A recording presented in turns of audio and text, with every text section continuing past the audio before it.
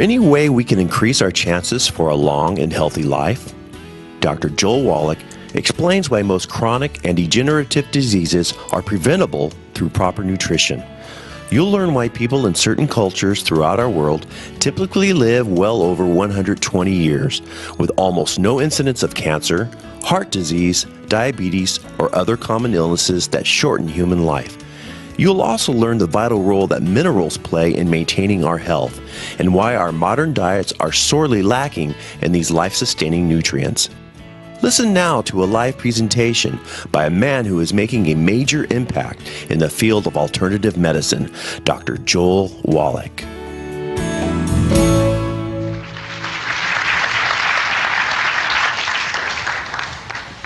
Well, I'm certainly glad you're here. How many of you grew up on a farm or still work a farm or have anything to do with livestock? Well, I'll tell you what, you're my kind of people, because I grew up on a farm in West St. Louis County, and we start out with beef calves, and if you raise livestock, the only way you can make money is if you raise a lot of your own feed, for those of you who don't have that experience. And so we raised our own corn, and we raised our own soybeans and our own hay, and we had a truck come out from the mill, and this truck would come out from the mill, and it would grind up the corn and the soybeans and the hay, and then we would add sacks of vitamins, minerals, trace minerals, and we'd make pellets out of it, and this is what we would feed the calves. In 6 months' time, we'd ship them to market to be slaughtered, or we'd save back some of the best ones for ourselves. We'd knock them in the head and eat them, put it bluntly. And it always fascinated me as a teenager that we did that for those calves, and in 6 months ship them off to be slaughtered, or we'd eat them. And we wanted to live to be 100 years of age without any aches and pains. And guess what? We didn't take any vitamins or minerals. And that bothered me. So I asked my dad, I'd say, hey, Pops, how come you do that for those calves, you don't do that for us? And he'd give me this good old Missouri farm wisdom. He'd say things like, shut up, boy. You're getting this farm fresh food, and we hope you appreciate it.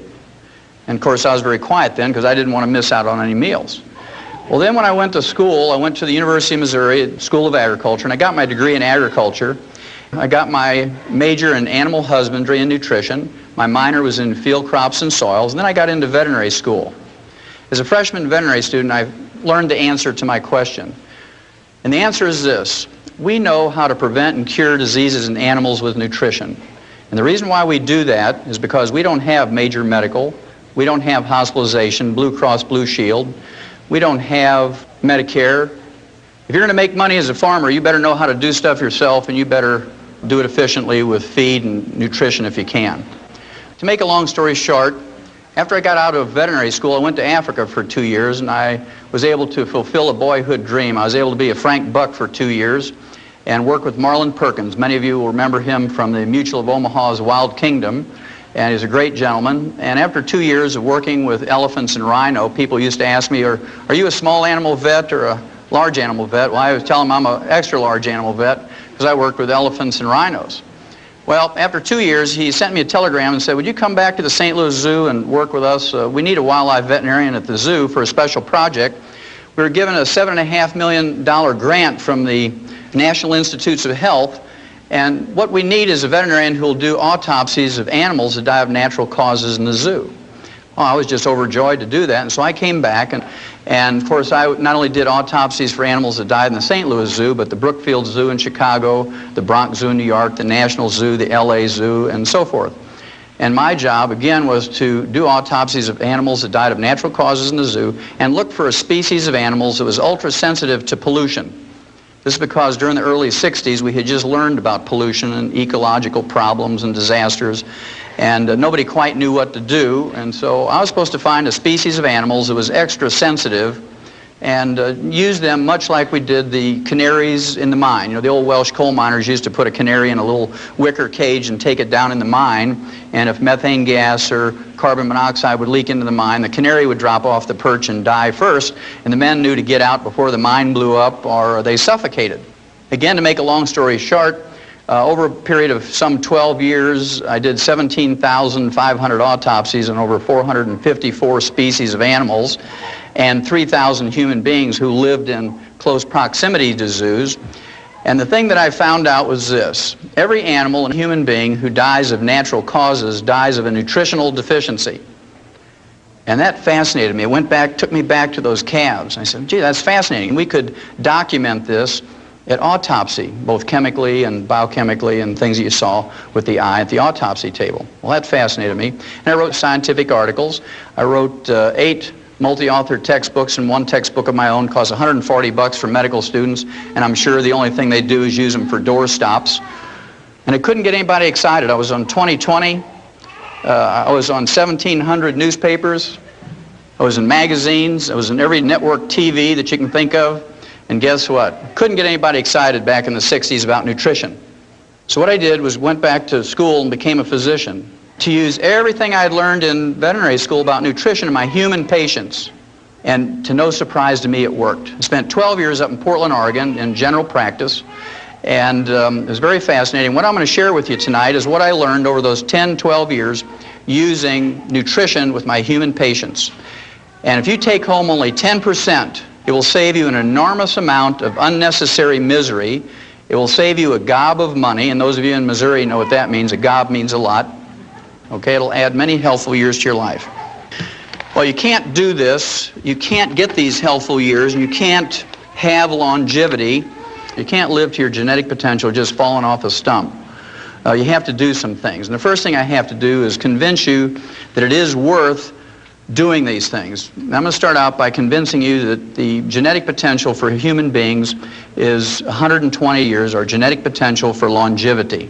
In May 11th, the oldest living American at this time and documented through the Guinness World Book of Records was Margaret Skeet. She was from Radford, Virginia. She died at age 115, and she died of a nutritional deficiency. You can tell that from her obituary. She died of the complications of a fall. What did she die from? Osteoporosis. Very good. She died of a calcium deficiency. She had no heart disease, no cancer, no diabetes, no other infirmities, but she died 3 weeks after a fall because she didn't have enough calcium. Her daughter said that she had a craving for sweets until she died, and that's a disease called pica.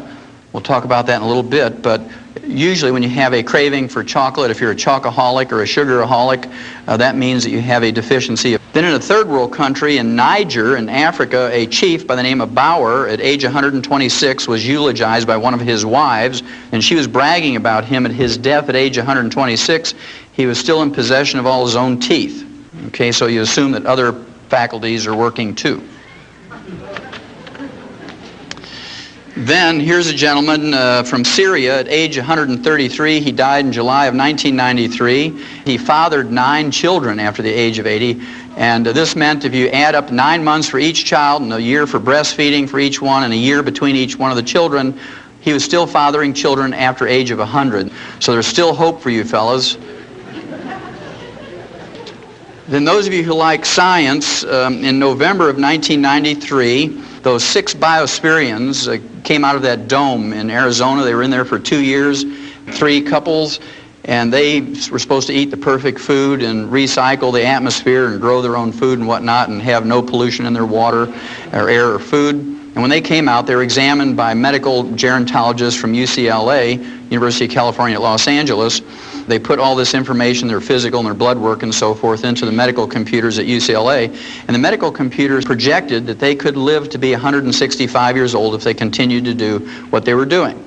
So all of that just says to you that there's a possibility you can live to be 120. And when I grew up on the farm, we could grow 200 bushels of corn per acre. And with all the labor and all the fertilizer and everything else you did, you could make a profit if you grew 200 bushels per acre. But if you only got 100 bushels per acre and put out that same effort and the same fertilizer cost, you'd lose money. And so I want you to think about it. The average lifespan for an American today is 75.5. The average lifespan for an MD or a doctor is 58. You want to gain 20 years statistically, just don't go to medical school. You want to live to be 120, there's only 2 basic things. It's real simple, 2 things to remember. Number 1, you have to avoid the pitfalls. You have to not step on the landmines, I call it. And those of you in the military, you know what that means. You do something stupid like step on one of those things, you kill yourself wastefully or unnecessarily. And of course, if you play Russian roulette or smoke excessively or drink excessively or wear a black sweatsuit and run down the middle of the highway at 2 o'clock in the morning, you're going to get struck by a car. All of those things are foolhardy, but it's amazing how many tens of thousands of people die in America from doing those stupid things every year. The last thing I will share with you on that subject of avoiding the landmines, I'd suggest very strongly to you that you avoid going to doctors. And I'm going to back up that statement, which is a pretty strong statement, from Ralph Nader's group in January of 1993, just about a year and a half ago, January 13th. He put out a news release based on a 3-year study on the causes of death in American hospitals, and it was a 1,500-page report, this 3-year study, and I'm not going to waste your time or mine by going over the whole thing word for word, but the bottom line says a lot. Quote, 300,000 Americans are killed each year in hospitals alone as a result of medical negligence, unquote. I'm going to read that figure again because it's a huge figure. Quote, 300,000 Americans are killed each year in hospitals alone as a result of medical negligence, unquote. Now, he didn't say slipped away quietly out of neglect in a corner somewhere while they're waiting for an x-ray. He used the word killed. When you use the word killed, that means there was a procedure the doctor was doing went wrong somehow. That means that they gave them a wrong prescription. They put a decimal point in the wrong spot and gave them an incorrect dosage. These people were killed. 300,000. To appreciate how big a figure that is, you have to compare that with our military losses in Vietnam over 10 years, where we lost 56,000 people over 10 years, or an average of only 5,600 a year, on a field of battle where people had guns and artillery and explosives trying to kill each other. And millions of people poured out into the streets and protested that war. We had political anarchy in the last 3 years of the war. Students took over universities and colleges with guns and explosives. National Guardsmen shot students at Kent State in Ohio. We chased a president out of the presidency for 5,600 military personnel a year. And here's one profession that takes your tax money in the form of Medicare and Medicaid and kills 300,000 of us a year, according to Ralph Nader, and I believe him, he has no axe to grind. And you can go out in the street any day of the week in any city, and there isn't even a crazy street preacher out there with a sign that says, "Protect us from doctors." I want you to think about that, folks. That's number one. You have to avoid stepping on the landmine. So there's a certain value in treating yourself when you can, or preventing disease so you don't have to get treated. Now, the second thing you have to do, number two, is you have to do the positive things. You have to do the positive things. And I'm going to start out here by just putting a figure up on the board. It's the number 90. And you need 90 nutrients in your diet every day. You need 60 minerals. You need 16 vitamins. You need 12 essential amino acids or protein building blocks. And you need 3 essential fatty acids. You need 90 nutrients in your daily diet. Otherwise, you're going to get a deficiency disease if you don't have them in complete numbers and optimal amounts. I can tell you that I was one of those nerds back when I was in college. I had a clipboard. We didn't have computers back then. So I had a clipboard, and I was one of those funny guys with glasses and would walk up and down in the student union there in Columbia and say, do you take vitamins and minerals? I was still fascinated by that. And of course, people would kind of look at you crazy and say, well, yeah, I take vitamin E. And I'd wait for them to come up with the other 89, and they didn't. They just said, oh, I take vitamin E. Well, today, if you ask people, do you take food supplements? They say, oh, yeah, I take Tums. Because that's what, they hear all the time. Well, again, you need 90 nutrients if you're going to make it. But the newspapers know, and the magazines and TV and radio knows that we're interested in health and longevity and supplements. So they all talk to us, not because the medical profession has asked them to do that in their stead. The medical profession doesn't say, hey, we're so busy saving people with surgery and chemotherapy and radiation and pharmaceuticals, would you please educate the people on nutrition? They do it because it sells newspapers. Well, my favorite article of all time appeared in Time magazine, April 6th, 1992. And if you haven't read it, I'd urge you to get it out of a school library or public library and photocopy it. Stick one copy on the door in the bathroom and one on the refrigerator. It's a cover article, and it says, The Real Power of Vitamins. New research shows they may help fight cancer, heart disease, and the ravages of aging. Again, there's 6 positive pages in here. There's only 1 negative sentence, and it was issued by a medical doctor who was asked by the writer of the article, what do you think about vitamins and minerals for people as food supplements? And here's what the doctor said, quote, popping vitamins doesn't do you any good, sniffs Dr. Victor Herbert, a professor of medicine at New York City's Mount Sinai Medical School. We get all the vitamins we need in our diets, and taking supplements just gives you expensive urine, unquote. Well, Well, to give you a Missouri translation of that, that means you're just peeing away your dollars if you take vitamins and minerals. You might as well wad up your dollars and throw them in the toilet and flush them away because you're not getting any redeeming value from it. Those quacks are just taking your money for those vitamins and minerals. That's what he was trying to say. It got published. So it must be true, right? After having done those 17,500 autopsies in 454 species of animals from around the world and in 3,000 humans, and liking to be healthy myself and having children and grandchildren and the not too distant future great-grandchildren, I'd rather pee out 50 cents or a dollar a day worth of excess vitamins and minerals. It's pretty cheap insurance. If you don't invest in yourself to the tune of $1 a day for vitamins and minerals, guess what? You're going to invest in the lifestyle of an MD somewhere. Because when you pay the medical doctor your fee for going to see him, not one penny of that goes to study how to diagnose or treat or prevent a catastrophic disease in a little child, like who was in here earlier, or how to prevent or diagnose or treat better breast cancer or prostate cancer in adults. Guess what that money goes for? It pays the doctor's mortgage, makes his Mercedes payment.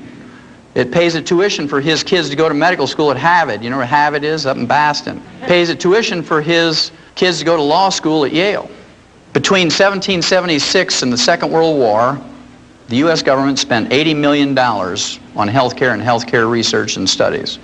Right now, we're at $1.2 trillion a year for healthcare. And it's free. We all know it's free, right? It's not free, but we're supposed to believe it's free, and everybody wants more of it and more free stuff. Well, I'll tell you what, if we used a human-type medical system for the agricultural industry and the livestock, your hamburger costs $275 a pound. On the other hand, if you use the agricultural health system that we use in animals for humans, your monthly insurance premiums for a family of 5 would be $10 a month. You take your choice. Well, I believe, since we've made them wealthy through insurance programs and government subsidies, I believe they owe us something. I believe they owe us at least as much as the industries do, according to, for instance, recall notices. This was started, of course, 25 years ago when Ralph Nader learned that the Ford Motor Company had made a Pinto car with a rear-end gas tank that would blow up when you got hit from behind at 20 miles an hour, fry everybody in the car. And when people complained to Ford Motor Company, they said, well, you're just dumb for getting in a car accident. We're not going to pay you for that. Well, Ralph Nader says, no, it's a faulty design. So he went to a federal court, and the judge agreed with him, and through a court order, forced Ford Motor Company to send everybody a recall notice with a registered letter, bring that car in, and they'll fix it for nothing.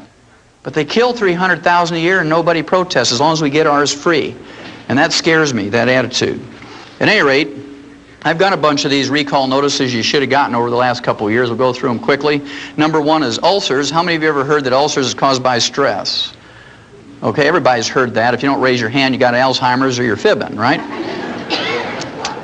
Well, we knew 50 years ago in the veterinary industry that ulcers, at least in pigs, was caused by a bacteria called Helicobacter pylori. And, of course, we couldn't get one of these high-priced stomach surgeons from Mayo Clinic. In fact, we always used to yell, hold the Mayo, when they'd say stuff like that. Otherwise, your pork chops would be $275 a pound to pay for that kind of surgery. And we learned that with a trace mineral called bismuth and the tetracycline antibiotic that we could prevent and cure those stomach ulcers in pigs without surgery. And so that's what we did. It cost $5 to cure a pig of stomach ulcers with bismuth, the trace mineral, and tetracycline. Well, the National Institutes of Health now, not the National Enquirer, but the National Institutes of Health came out in February 1994 and said, ulcers are caused by a bacteria called Helicobacter pylori, not stress. And they can be cured. They actually use the cure word in this news release. Medical researchers never do that. They always say, shows promising results or may be beneficial. They use the cure word, National Institutes of Health, and they say can be cured with a combination of the trace mineral bismuth and tetracycline. Well, for those of you who don't know what bismuth comes in, you can get it from any grocery store or drugstore. It's pink, about $2.95 for an 8-ounce bottle, and it's called Pepto-Bismol.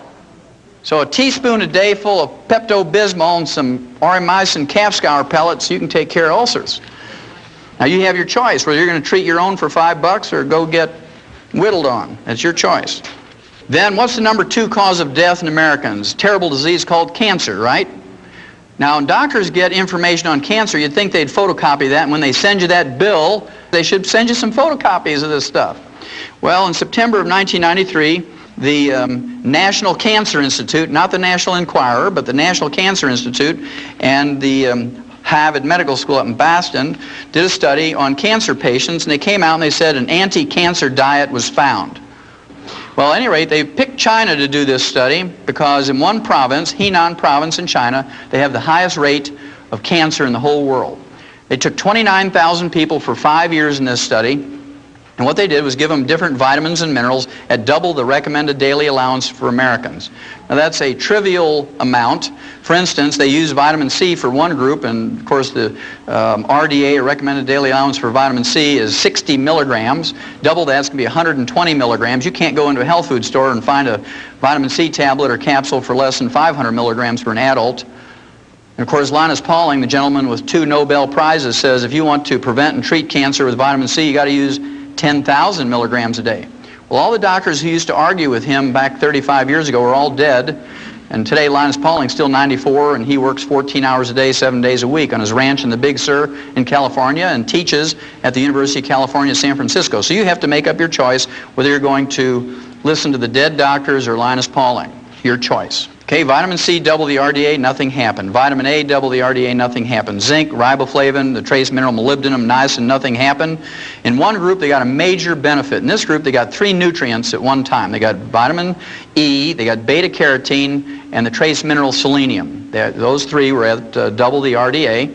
And if you get a 0.5% benefit in any nutritional or pharmaceutical experiment, you've made a major improvement in humanity's life. And so these articles get published. So I want you to remember that statistic. 0.5% is major benefit. Well, in this group that received the vitamin E, beta-carotene, and selenium for 5 years, deaths from all causes were reduced by 9%. Almost 10 out of every 100 or 1 out of every 10 who were going to die in that 5 years from any cause survived. Then cancers, all cancers, 13% survived who would have died without those 3 nutrients. So 13 out of 100 lived who would have died. And then the type of cancer that was most prevalent in Henan province, stomach and esophageal cancer, 21% lived who would have died. 21 out of 100 lived. Now to me those are significant numbers, and your physician, for the number 2 cause of death in America, should have sent every one of you a photocopy of that. At least giving you information. Even if he didn't want to give you the advice, give you the information, let you make up your own mind. Well, here's one I think is funny on one hand, and on the other side it tells you the attitude of physicians. This has to do with arthritis. It was in September 24th, 1993 that it was released. Again, it was from the Harvard Medical School and the Boston VA Hospital. How many of you in here have ever been to a VA hospital? Anybody in this room? Okay, good. Well, you know, the people who've been to a VA hospital, you have 2 opportunities to give your life for your country. Once on the field of battle, and the other's in the VA hospital, right? Well, at any rate, the title of the release was Chicken Protein Halts the Swelling and Pain of Arthritis in a Patient Trial. And what they did, they took people who failed to respond in any way to medical treatment for arthritis. These people got gold shots, methotrexate, they got aspirin, prednisone, cortisone, everything else you can think of, physical therapy, and the only thing left for them was joint replacement surgery.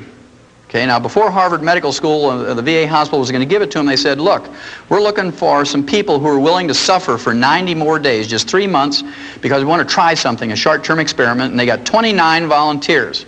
And what they did for those 29 volunteers who failed to respond in any way to medical treatment for arthritis was they gave them a heaping teaspoonful of ground up dried chicken cartilage in their orange juice every morning.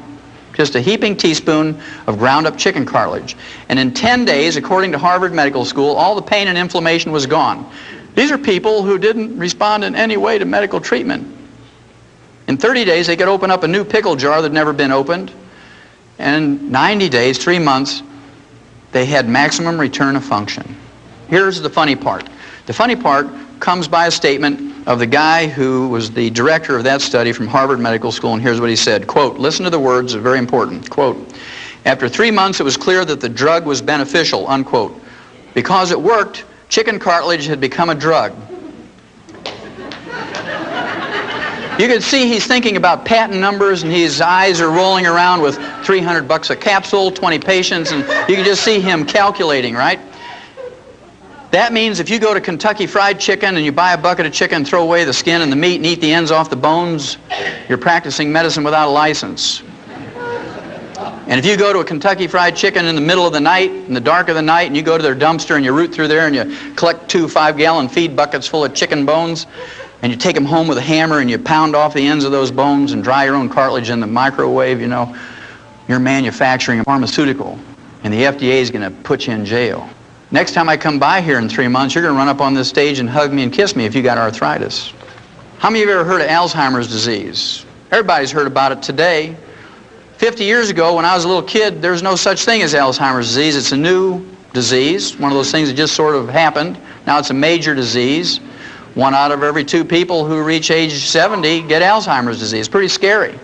We learned 50 years ago in the animal industry how to prevent and cure in the early stages Alzheimer's disease in livestock. Can you imagine how much a farmer would lose if the pigs were all laying there scratching their heads saying, "Why am I here? Where is the feed box?" Because if they're not gaining a couple of pounds a day, you're losing money, right? So we learned in the agricultural industry how to prevent and in the early stages cure Alzheimer's disease. And we do it with high doses of vitamin E and low intakes of vegetable oil. You say, Wallach, that's crazy. High doses of vitamin E. Well, you should have got a recall notice from your doctor in July of 1992 because the University of California, I mean, we're talking about a sophisticated research medical school here. University of California, San Diego came out and said, vitamin E eases memory loss in Alzheimer's victims. Now, they're only 50 years behind on that from veterinary medicine, so you might be safer going to a veterinarian. Then how many of you in this room ever had a kidney stone? Anybody in here ever get that, kidney stone? Okay, I see a few in here. What's the first thing a doctor told you to give up nutritionally when you got your kidney stone? Give up calcium. No dairy. No dairy. None of those vitamin mineral things with calcium in them because they have the stupid, naive, ignorant belief.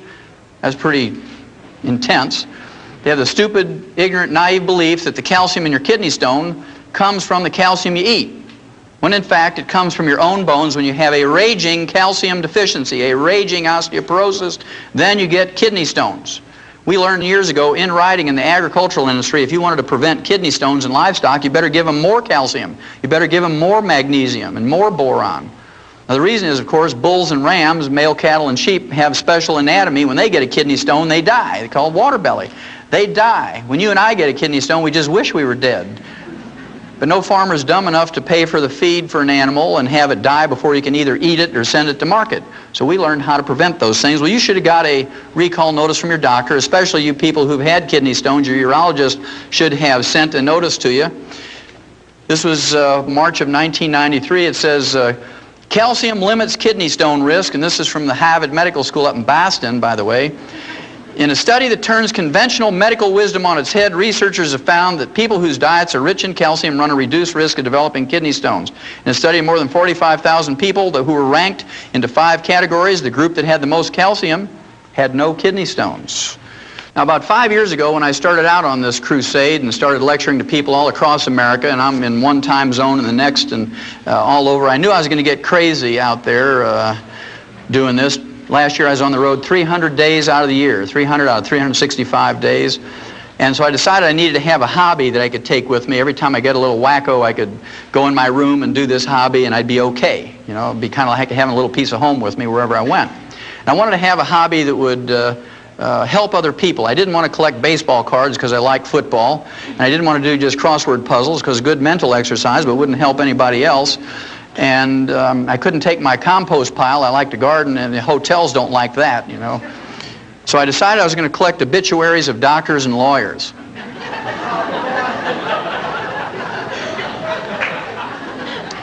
Now, as crazy as that sounds, remember I told you that doctors live to an average age of 58, and we live to 75.5. And here's a group of people, professionals, who pontificate to you and tell you, well, this is what you need to do. You need to give up salt and no caffeine, and you need to not eat butter and eat margarine and do all these crazy things. And they die at age 58 on the average. And anyway, I got a few of them here, some of my favorites. This is Dr. Stuart Cartwright, age 38. He dropped dead in his home. He was a family practitioner of a ruptured aneurysm. That's a ballooning of an artery that's a weakened artery because of the fragmenting or the brittle condition of the elastic fibers in arteries. Just like when you hit a chuck hole with your car tire and you break the cords in there and you get a balloon. He dropped dead like he was poleaxed, okay, right in his home from a ruptured aneurysm. Now we learned in 57, Aneurysms are caused by a copper deficiency. We had a pilot project, turkeys, and we made complete food pellets where you put all the 90 nutrients in there. And in the first 13 weeks, fully half of those turkeys died. Farmers were out there every morning picking them up by the bushel basket. They took them to the state diagnostic labs and they were autopsied, and they found out that they all had died from a ruptured aortic aneurysm. So they doubled the amount of copper in there, and the next year they didn't lose a single turkey from a ruptured aortic aneurysm. And they ran that experiment in mice and rats and rabbits and dogs and cats and calves and sheep and pigs and whatnot, and guess what? They found out that there's a whole series of diseases that are caused by a copper deficiency. Gray hair is the first sign. When you start getting gray hair, regardless of your age, you got a copper deficiency. You get skin wrinkles because the elastic fibers in your skin are going. Those little crow's feet around your eyes and facial and body skin wrinkles. You look like you're a little prune drying up. Okay? Then, of course, there's the varicose veins. That's caused by an elastic fiber breakdown.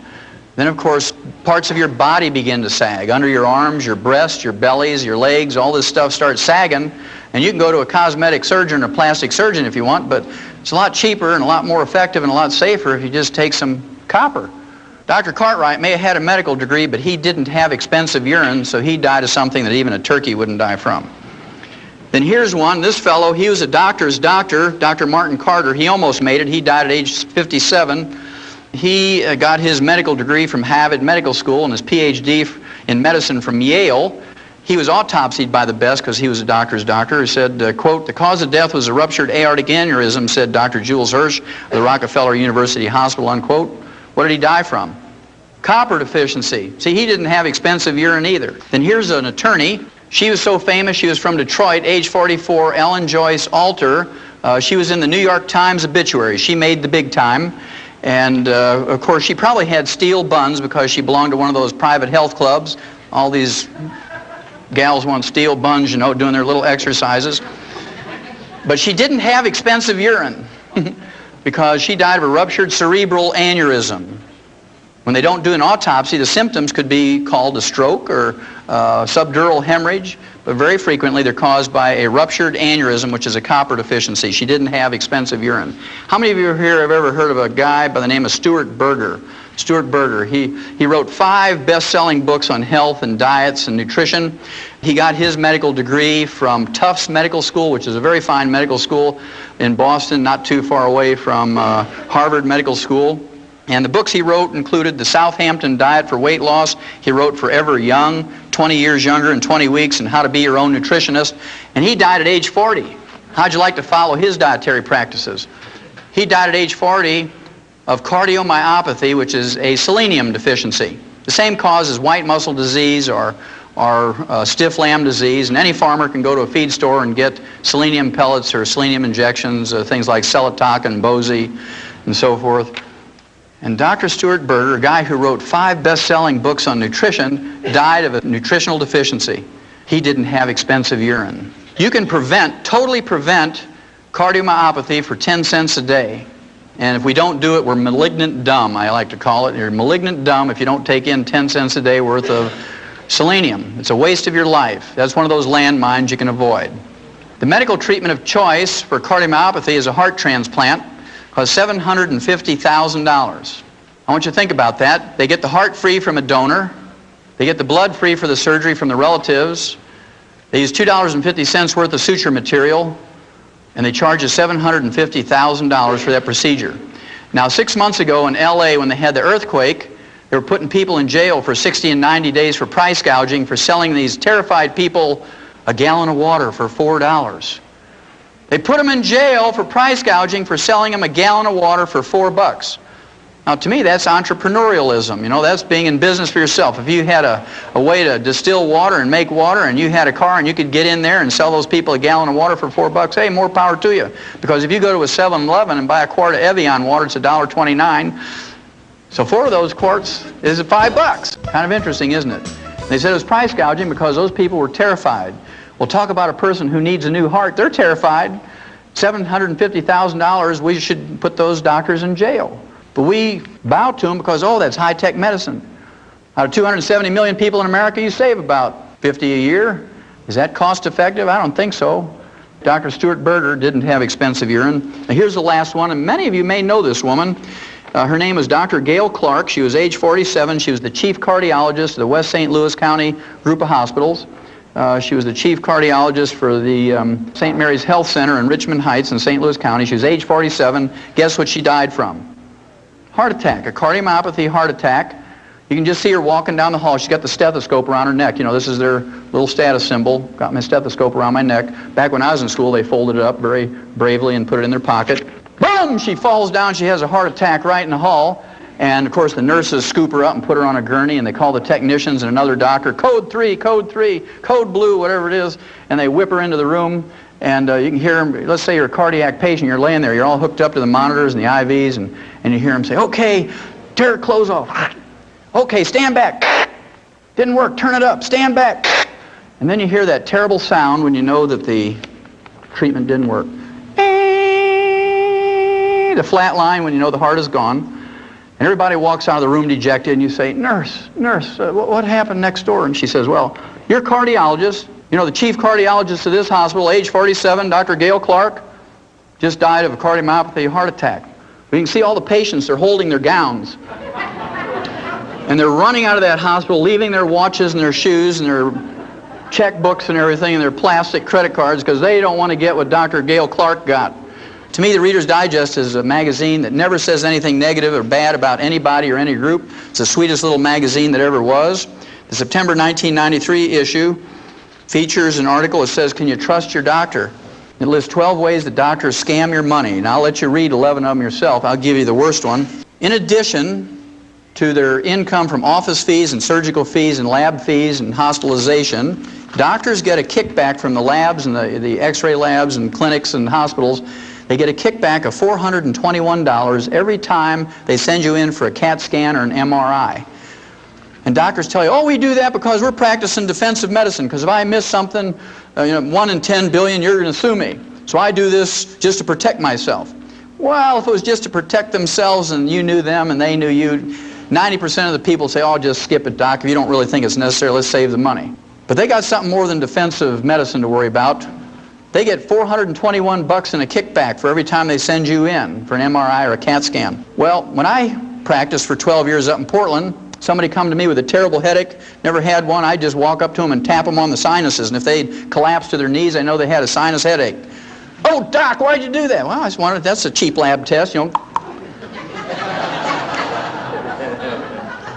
Then if they had, thank you, if they had blood dripping out of their nose, I'd take a $35 x-ray to see if they had a cancer in there. $35 and a free lab test, as opposed to $421. If I wanted to make that $421, I'd have been a good thief. What I'd have done, I'd have built a chute right into that CAT scan machine, because I knew how to build chutes living on a farm. And I'd have gone out in the street and I'd have got every homeless person, I'd line them up in them chutes, and I'd put soup and a Big Mac at the end of that tube, you know. And I'd say, I'm going to buy you a $1.50 dinner. I'm a good guy. I'm going to buy you a $1.50 dinner. You just got to go through this chute, go through that tube, and you get your sandwich and your soup. Man, they'd be flowing through there, maybe 100 a day. And I could start adding some things up. It'd be a lot of fun. At any rate, the average doctor gets $228,660 a year in CAT scan kickbacks. $250,000 a year. In any other industry, if you do that, politicians, lawyers, businessmen, stockbrokers, they get put in jail. But doctors, it's okay, because insurance pays for it. We don't mind if they steal. It's blind. It's free. Remember I told you I was going to tell you about pica. Pica is a funny disease, P-I-C-A. I'm not talking about the type style that you see in typewriters and computers. But pica is a disease that farmers know about. In horses, it's called cribbing, when they chew on the feed bunk, the wooden feed bunk. You know you better give them some minerals, otherwise they're going to eat that feed bunk. In cattle, dairy cattle especially, where they're losing lots of minerals through their milk all the time, intensive milking, you'll see them picking up big rocks in the creek and chewing on them, or they'll chew on barbed wire, or maybe you'll see them walking down through a path with a deer bone in their mouth or something, or a shingle. That's called pica. And a good farmer or husbandryman knows you better give them some minerals, otherwise they're going to eat the barn or something. In human beings, we see this at funny times. Pregnant women are notorious for pica. In the middle of the night, they'll elbow their husband and say, hey, you better get up, I want some pickles and ice cream. They're craving minerals because that fetus is pulling minerals out of their body. And they need some more minerals. And so it's recognized as a craving for things like sweets and salt. We see this in pregnant women. I used to have people come to my practice and they say, "Doc, do I need to go see a shrink?" I said, "Why is that?" "Well, I wake up in the middle of the night and I go outside with a spoon and I eat dirt." And no, that's okay. Just make sure it's clean dirt. Then they say, my kid sits there with a kitty litter box between his legs and he has a spoon and he's eating that stuff out of the kitty litter box. And then in housing projects, little kids will eat lead paint off the walls and they get lead poisoning, get learning disabilities and bone problems and anemia. And we're good, so we spend $5 million to scrape the lead paint off of there and repaint it with latex paint. And all we have to do is give those kids 10 cents a day worth of minerals. It'd be better for them and save us $5 million. It's your tax money, and if we allow them to throw them away, those dollars, is kind of interesting. If you have a selenium deficiency and you don't want to wait until you get cardiomyopathy and drop dead from a heart attack to recognize it, if you look on your hands and look in the mirror in your face, if you have liver spots or age spots, and I see quite a few from here, you have an early selenium deficiency. That's called free radical damage. And fortunately for you, if you recognize that and you start taking in some selenium, in 4 to 6 months those will go away. You'll reverse that in 4 to 6 months. And when they go away on the outside, they're going away on the inside, in your brain and your heart and your liver and your kidneys. And if you have low blood sugar, how many in this room have low blood sugar? Anybody in here have low blood sugar? Okay, about 10%. How many of you have ever seen a hyperactive kid who gets on sugar? Okay, about everybody in the room. People who have sugar problems are like alcoholics. There's good ones and bad ones. You know, the good alcoholics are one, when they get 2 drinks, they just go off in a corner and go to sleep, right? Same way with somebody with low blood sugar. They eat a big meal or they eat a piece of pie, 3 hours later, they clunk out and go to sleep. Then there's bad alcoholics. They're the one that gets 2 drinks in them and they get violent and raged and they want to fight everybody. Punch holes in the wall, and, you know, big brave fellows, and they kick their wife and kick the dog and take the chainsaw and cut their neighbor's tree down and all these wild things and drive reckless down the roads and kill people. Those are the bad drunks. Well, people who have blood sugar problems, there's bad blood sugar people too. They get a little crazy. Okay, I don't know how many of you remember the Twinkie defense, right? Remember when somebody murdered 2 people and he claimed he ate a Twinkie 3 hours before he murdered them, so they let him off because he got temporarily insane every time he ate sugar. Now, don't any of you try that. Well, chromium and vanadium deficiency will result in these sugar problems, low blood sugar, and if you let it go on for any length of time, you develop diabetes, chromium and vanadium. Then a tin deficiency, the early symptoms of a tin deficiency are male pattern baldness. I see a lot of tin deficiency in this room. Yes. And if you let it go on for any length of time, you get deafness. Then there's a boron deficiency, and you gals should know about boron because it helps you keep the calcium you take in your bones so you don't get osteoporosis. Boron. Also, it helps you make estrogen. It helps you fellas make testosterone. If you don't take in enough boron, you ladies are going to suffer miserably going through menopause. Okay, you're going to have all those terrible symptoms. You fellas don't get enough boron, can't make testosterone, you won't know whether to lead or follow on the dance floor. You're going to be confused. She's saying he's got a boron deficiency. The first symptoms of a zinc deficiency is you lose your sense of smell and your taste. You say, oh, you know, food just doesn't taste good anymore, and you don't have a cold or anything like that. And you say, your wife says, well, aren't you excited about dinner? I spent the whole day in the kitchen cooking dinner. He said, well, I didn't smell anything when I walked in. You know, he's got a zinc deficiency. Well, in laboratory animals, there's some 7 rare earths. These rare earths are trace minerals you need in lesser amounts than you need trace minerals, and they actually double the lifespan of laboratory animals. They've not been proven in humans yet, but I'm not going to wait 500 years for doctors to approve it. They're still arguing over vitamin C and calcium, right? So I'm just going to do it. Didn't kill any laboratory animals, it just doubles their life, and it's not a drug. These rare earths are called lanthanum, praseodymium, neodymium, samarium, europium, ytterbium, and thulium. There must be a reason why they're named after Old Testament cities. Well, remember I told you we needed 90 nutrients, we need 60 minerals, we need 16 vitamins, 12 essential amino acids, and 3 essential fatty acids. And of course, we're lucky in that plants as a group can make most vitamins, amino acids, and fatty acids. Plants can do that because they just take carbon out of the air and make carbon chains to make vitamins, amino acids, and fatty acids. But you have to eat 15 to 25 different plants a day in the right combinations to make this happen. Theoretically, it's possible, but most Americans don't do it. The average American thinks if they eat some potato buds out of a Betty Crocker box, they're eating a vegetable. Okay, so you got to be careful what you're considering a vegetable. Then, of course, people want to do right by their doctor, and they eat low-fat turkey breasts, and they put a half a jar of mayonnaise on there, and they put it between 2 slices of Wonder styrofoam bread.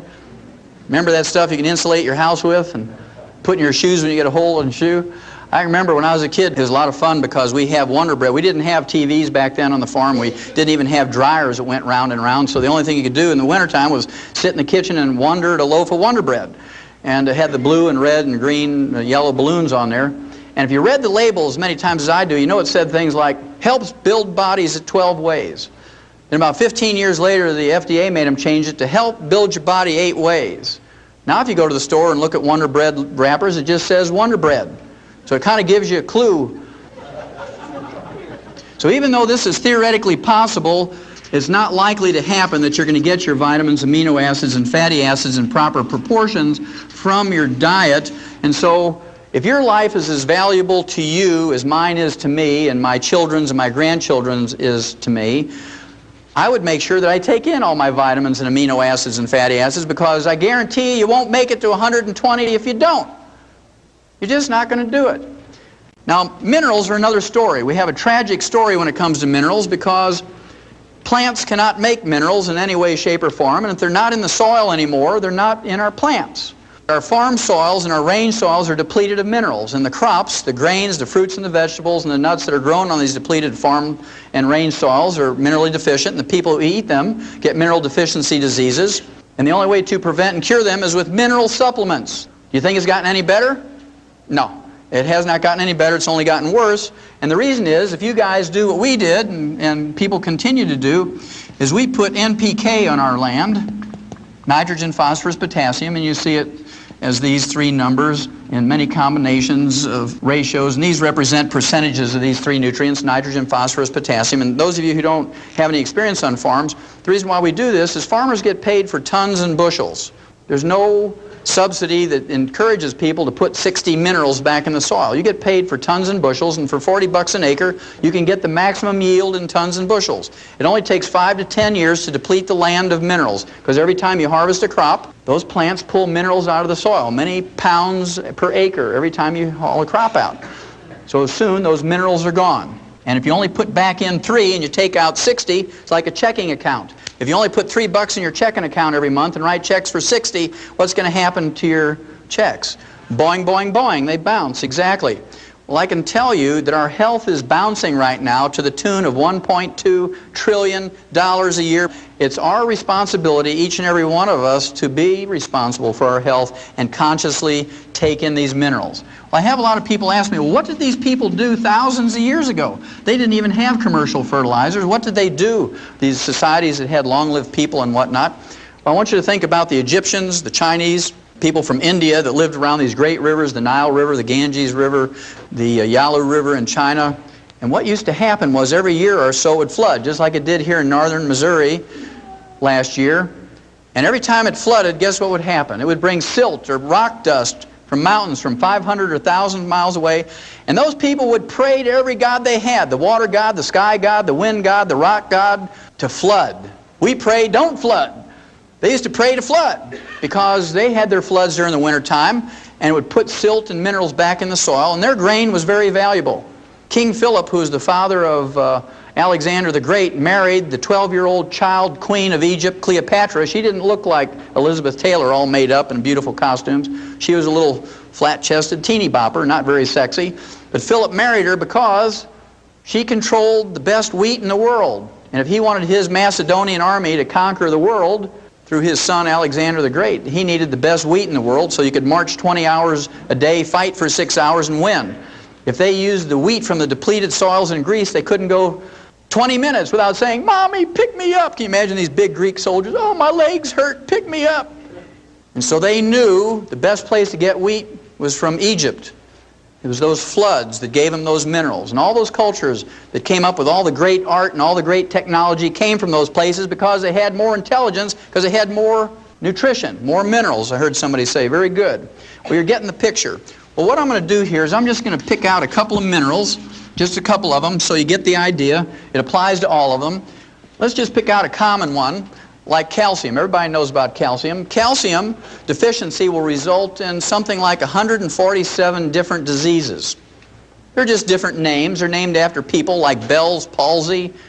You know, everybody knows about that. One side of your face sags. It's not a true stroke. It just affects your facial muscles. It's caused by calcium deficiency. We'll talk about it in a little bit. But everybody knows about this one, osteoporosis. It's the number 10 killer of adults in the United States. It's very expensive. It costs you $35,000 each for each hip to replace. It's okay. It's free. Insurance will pay for it. It costs you $70,000 for both hips. As expensive as it is, and the number 10 killer, remember, Mrs. Skeets from Radford, Virginia, aged 115 years of age, she died of complications of a fall. We don't have osteoporosis in animals, and it's because of farmers we don't have osteoporosis in animals. It goes like this. You have a pasture with 100 cows in it, and this year you didn't have any calves, you can't repay your operating loan, you're in trouble, right? Because you paid for the feed and the vet bill and mowed the pasture and fertilized and maintained the fence and fed the cows and all this, that, and the other.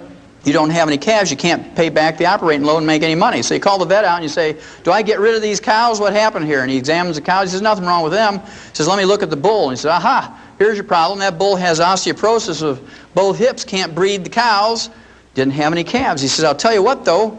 He says, you give me $70,000. He says, I'll put 2 new hips in that bull, and next year you'll have some calves.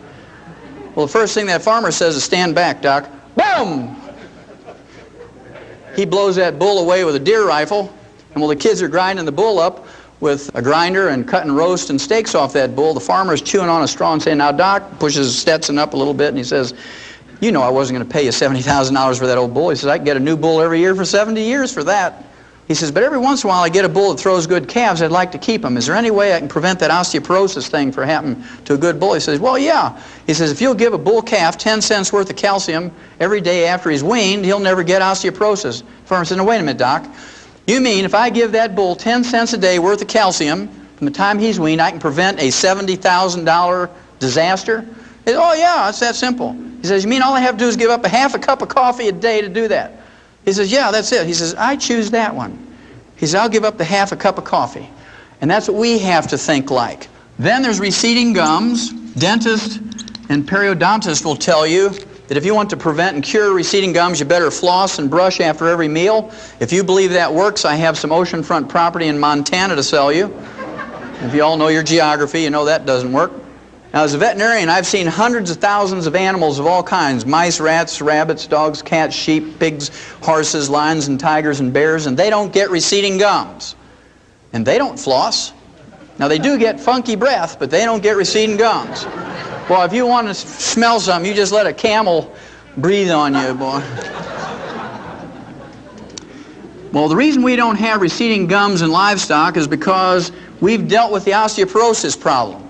Receding gums is not a deficiency of flossing. It's, in fact, osteoporosis of the jaw bones and of the facial bones. So if you have gingivitis or receding gums, you have advanced osteoporosis. Those bones around your teeth are melting away little bit by little bit every day. And if you take your teeth out at night and put them in a glass next to your bed and that fizzy stuff, you have major advanced osteoporosis because all your bone has melted away. Then there's arthritis. We talked about that a little bit earlier. Remember the chicken cartilage? 85% of all arthritis is caused by osteoporosis of the joint ends of the bones. You're talking about degenerative arthritis, osteoarthritis, sciatica, lumbago, rheumatism, all those sorts of things. They're caused by osteoporosis of the joint ends of the bones. I want you to think about something for a minute. If you don't take a pain reliever or an anti-inflammatory for that arthritis, let's say you get arthritis of the hips, you're going to kind of favor that a little bit, aren't you? You're going to get a cane or a walker or crutches. You're going to favor it, and so you don't put any weight on it. I want you to think about that for just a second, because then I want you to think about driving your tractor in a field or you're driving a Mercedes down the highway. Either one, doesn't matter, whichever you love more. Let's say you didn't put the nut on that oil pan real tight and all the oil drained out. And that light on the dashboard comes on and says, I'm getting hot, you better give me some oil. And that light irritates you. So you stop, you open up the hood, you get your clippers out, you know, your fence clippers, and you clip the wire to that light, and you close the hood, and you just keep driving. Would you do that to your tractor or your Mercedes? No, you wouldn't. But we take those pain relievers for arthritis, and we go out there and square dance and do the Texas two-step and do our 5-mile walks and our aerobics. That pill works real good, Doc, because it killed my pain. And you're just wearing that thing off faster and faster. Then your doctor's really going to get rich because you need joint replacement surgery. Then there's hypertension. This is one of my favorites, so I'll put a star over here. Hypertension is high blood pressure. What's the first nutritional thing that a doctor will tell you to give up nutritionally when you get high blood pressure? Give up salt. Everybody knows that one. That's been ingrained in our head. Well, they must think we're dumber than cows, because what's the first thing you put out for your livestock, and it's about that big? A salt block. No farmer is going to be economically viable if you don't put a salt block out for your livestock. They're going to die. Your veterinary bills are going to go crazy. But we're supposed to believe that we don't need salt, and you can get everything you need out of your lettuce and your whole wheat bread and stuff like that. Well, don't believe that one either. If you believe that, I got some more oceanfront property in Montana for you. They took $30 million of your tax money, and 2 years ago, after a 20-year study, they came out and said that they took 5,000 people with high blood pressure, they took them off their medication and put them on a reduced salt diet, a restricted salt diet, and they all died. No big surprise, but somebody got a PhD degree and everybody was happy, right? But when they looked at this results, they said that, oh, only 99.7% of the people didn't get any results from that before they died. 0.3% did get some result, dropped their blood pressure 1 point before they died by restricting their salt. So the referees who judged that article said, oh, doesn't matter, you might as well let high blood pressure patients eat salted peanuts and dill pickles and salt their food to taste, because it doesn't matter. In fact, worrying about the salt is more stress than taking the salt. Then they had a control group with 5,000 people with high blood pressure, and they doubled their RDA of calcium, and they stopped the experiment in 6 weeks, because 85% of them were cured of their high blood pressure just by doubling their calcium intake. Now, they didn't cold turkey stop their high blood pressure medication, but what they did was they went to the doctor and he says, you don't need this medication anymore. What are you doing? I said, well, I'm on this experiment where I double my calcium intake. Anybody get a recall notice from your doctor saying it's okay to salt your food to taste and please do double your calcium intake? Anybody get that? Not a single one. That's very interesting. Then, of course, there's insomnia. That's where you roll around all night. You wake up in the morning, you're more tired when you went to bed. That's insomnia. Of course, doctors have 2 treatments for that. They have Halcyon, which is a sleeping pill, and they have barbiturates. And they kill about 10,000 people a year with overdoses of those things, but that's okay. It's a prescription, and they're watching out for us. And remember, George Bush, when he went to Japan, they gave him some Halcyon so he could sleep on the way to Japan because of the time difference. And when he woke up, one of the side effects of Halcyon is nausea and vomiting. I don't know how you say it in Japanese, but it was very dramatic on world TV, right? Not very presidential. Blah! And so I'm sure that's why he lost the election, because he puked over that Japanese ambassador. And then, of course, there's kidney stones, and then there's bone spurs, heel spurs, and calcium deposits. Again, physicians will tell you the first thing to give up nutritionally is calcium and dairy, because they have this foolish belief, the stupid belief, the ignorant belief that the calcium in kidney stones, bone spurs, heel spurs, and calcium deposits come from your diet, when instead it only comes from your bones when you have a raging osteoporosis. And when you get these things, you need more calcium, not less. Then there's cramps and twitches. You wake up in the middle of the night and your foot is all cramped up around your neck and you say, Lord, take me from the knee down. I'm not going to make it till morning. We've all experienced that. That's very common. Then there's PMS, premenstrual syndrome. You know, the emotional and physical stuff. The medical treatment of choice for PMS is what we call a hysterical ectomy. It's been shortened to hysterectomy. That's a 100-year-old treatment. And the doctors do about 285,000 unnecessary hysterical ectomies a year, but it makes Mercedes payments, so they do them. Even the AMA said they're unnecessary, but they don't take their licenses away, and people keep going to them. You imagine a poor woman in her 30s. She says, Doc, you got to do something. Every time I go out to hang up the clothes, my neighbor's kids run down the basement screaming witch. My own kids think I'm crazy. My husband's leaving me. I'm going to lose my job. You got to do something. Well, the University of California, San Diego came out 3 years ago now and said if you just double the RDA of calcium intake, you get rid of 85% of the emotional and physical symptoms of PMS. And when that came out, there were huge lines around the health food stores around the blocks, and people had sleeping bags because they closed before they all got their calcium, and every person in line was a man. They were there for their daughters and their girlfriends and their wives and things like that. Okay, and lastly is low back pain. 85% of Americans get low back pain whether you work on a computer or you unload hay or you drive big trucks, doesn't matter. Low back is a big problem.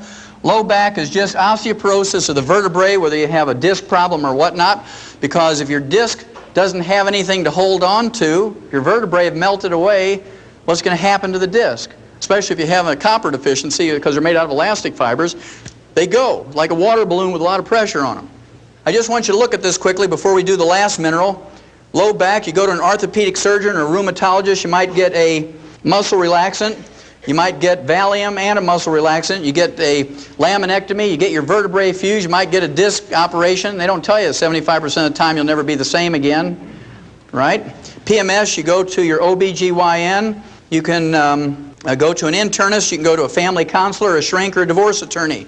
Cramps and twitches, you go to a neurologist. You go to a sports medicine doctor, an internist. Bone spurs, heel spurs, calcium deposits, you go to a rheumatologist, an orthopedic surgeon, or a podiatrist. Kidney stones, you go to a urologist or an internist or a surgeon. Insomnia, you go to a shrink or a sleep clinic or an internist. Hypertension, you go to a cardiologist, an internist, or a surgeon. Arthritis, a rheumatologist, a orthopedic surgeon or an internist. Receding gums, you go to a dentist or a periodontist. Osteoporosis, you go to all those health specialists, including a thumb salesman. For nothing more than a calcium deficiency, it costs you 10 cents a day to deal with. Now, on the average, because Americans have insurance and we have Medicare and Medicaid, we spend on the average $25,000 to $250,000, and we undergo 5 to 10 surgical procedures a year for a calcium deficiency. And we beg the doctors to do it. We beg the doctors to do it. Well, it's our choice. The last one I'll share with you is diabetes. Everybody's touched by diabetes. It's the number 3 cause of death in adults in the United States. Number 3 cause of death. And it has terrible complications and side effects, diabetes. The side effects include blindness of many kinds. Then there's a kidney failure with dialysis and kidney transplant. There's cardiovascular disease of all kinds, and of course that contributes to the number 1 cause of death. Then there's amputations. Everybody ought to have one of those because they're totally paid for in their health thing. They assume that you're not just going to get one because you want to get everything on your health benefits. And then you shorten your life because if you have diabetes, on the average, you have a shorter lifespan than someone who doesn't have diabetes. Now, we learned in 1957 in the animal industry that we could prevent and cure diabetes with 2 trace minerals. That's a pretty profound statement, that we could prevent and cure diabetes with 2 trace minerals in 1957 in animals. It was published in Federation Proceedings, which is the official journal of the American Science, the National Institutes of Health. The official monthly journal was August 1957. Well, the 2 trace minerals that you can get to prevent and cure this are chromium and vanadium. Vanadium alone, according to the University of Vancouver, British Columbia Medical School, vanadium alone will replace insulin in adult onset diabetics, which represent 85% of all diabetics. Of course, they can't quit their insulin cold turkey. They got to gradually wean off of it. It takes 4 to 6 months for most people to slowly wean off of insulin if they're taking in adequate amounts of chromium and vanadium. Now, to me, this is criminal, because if you write to Hill's packing company that makes Science Diet dog food, they're right over here in Topeka, Kansas, so they manufacture Science Diet dog food and other Science Diet products, high-tech foods for animals. If you write them and say, how many minerals exactly is in Science Diet for dog food? They'll write you back and say there's 40 minerals. You write Checkerboard Square in St. Louis, Ralston, Peoria, and say, just how many minerals are in your rat pellets for laboratory rats? And they'll say there's 28 minerals. I'll give anybody in this room a crisp new $100 bill if you can find me a human infant formula in a grocery store that has more than 11. So our dogs get 40 minerals. Remember, that's what Mike Murphy was saying. His dog never seems to get sick because he's getting this canned dog food with all these vitamins and minerals in there. So our dogs get 40 minerals, our rats get 28 minerals, and our human infants get 11. Is that fair? No, that's called fraud. Doesn't matter if you're talking about SMA, Similac, Isomil, Pro Soy B. In fact, that's why they call Similac Similac, because it lacks everything.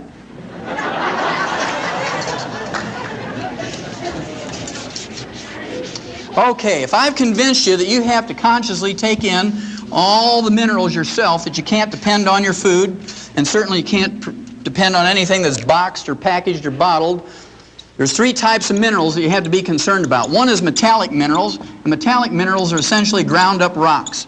Metallic minerals are things like oyster shell, egg shell, dolomite, limestone, calcium carbonate, clays of various kinds, Mount Marulanite clay, seabed minerals, tums. They're only 8 to 12% absorbable. When you reach age 35 to 40, it drops down to 3 to 5%. And I have to tell you a story here. I ran into a guy at a meeting like this up at Grand Rapids, Michigan, and this fellow owns a porta potty business. You know, that's that green or blue colored outhouse. Man, if we'd only had one of those back when I was a kid. We had these ones with splinters, you know, in the wood. He said, I see something that describes that in my porta potty business. I said, what's that? He says, well, when we take those things back to the shop to clean them out with a pressure hose, he says, we put a quarter-inch grid underneath them because kids throw rocks and sticks and toys in there, and if we don't put a grid there, it blocks up the sewer system. It costs us thousands of dollars to fix it. Every time we clean one of those out, we find hundreds of vitamin tablets. I said, well, how do you know they're vitamin tablets? He says, well, it's really easy. He says, right on the coating it says Theragram M, 1 a day Centrum. He says, come here. And he takes me out in the back of his shop, and there's this literal mountain of all these vitamin pills he got out of his porta potties. If you read the labels on those multiples, they say your iron comes in the form of iron oxide. What is iron oxide? Rust. You might as well just go out to an old railroad track and take your butter knife and scrape some of that rust off and lick it, and you're going to get your iron supplement. Well, that's what they're giving you.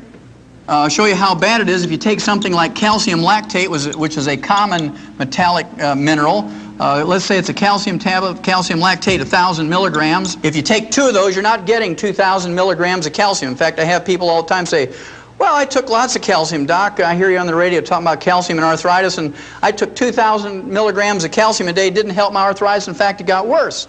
I said, well, what kind of calcium you taking? They said calcium lactate. Well, there's your problem, because only 250 milligrams of that is metallic calcium. So let's say you absorb 10% of that. Then the other 750 milligrams is lactose or milk sugar. So 10% of 250 is 25. So if you take 2 of those tablets, you're not getting 2,000, you're getting 50 milligrams. So to get what you need to take 90 of those tablets a day. You need to take 30 with each meal, and you got 59 more minerals to go. Then there's those people who want to do things naturally. Let's see if you can do anything good with 10 pounds of spinach. And let's be fair, let's see if you can get 1,000 milligrams of magnesium. I picked magnesium because in green leafy vegetables you have a lot of magnesium because of the chlorophyll, right? It's part of the chlorophyll molecule. And any pound of anything, you got 454 grams. In 10 pounds of spinach, you got 4,540 grams, of which most of that, 97%, is water. And let's say you have 1 gram of chlorophyll in that 10 pounds of spinach. There's 50 milligrams of magnesium. You got to divide that into the 1,000 you want. You get a factor of 20, which you multiply times the 10. You have to eat 200 pounds of spinach. You got 58 more minerals to go. Okay, so you got to be a pretty big person to accomplish all this. Even as big as I am, you can't get it done. So I prefer to supplement rather than do those things. Then, of course, during the 60s, the agricultural industry came up with chelated minerals, because farmers aren't dumb enough to pay for $1 of something that goes into an animal's mouth and have 99 cents come out in the manure. I have to really thank farmers for being that clever. And chelated minerals are just metallic minerals with an amino acid or protein or enzyme wrapped around the metal atom and increase the absorbability to 40%. Then the health food industry jumped on that right away because it was a major improvement in absorbability of minerals. The most efficient way to absorb minerals is liquid. They're very small particle size, are 7,000 times smaller than a red blood cell, and they're negatively charged, so you actually have an electrical or magnetic gradient that concentrates these minerals. Plants have a very interesting part to play in colloidal minerals. Remember, we said that plants cannot create minerals. If they're not in the soil, plants can't make them. At any rate, metallic minerals are taken up by plants when they're in the soil. Plants convert them in their tissues to colloidal minerals, and this is how we store minerals in our body. This is how we use minerals in our body. This is how we transport minerals from their storage place to their site of use in the colloidal form. Well, our plants, our crops don't have much in the way of colloidal minerals in them because we don't have any metallic minerals in our soil. Are these minerals important? You bet your life they're important. Information and statements regarding dietary supplements discussed have not been evaluated by the Food and Drug Administration and are not intended to diagnose, treat, cure, or prevent any disease. For more information, Get back with the person who gave you this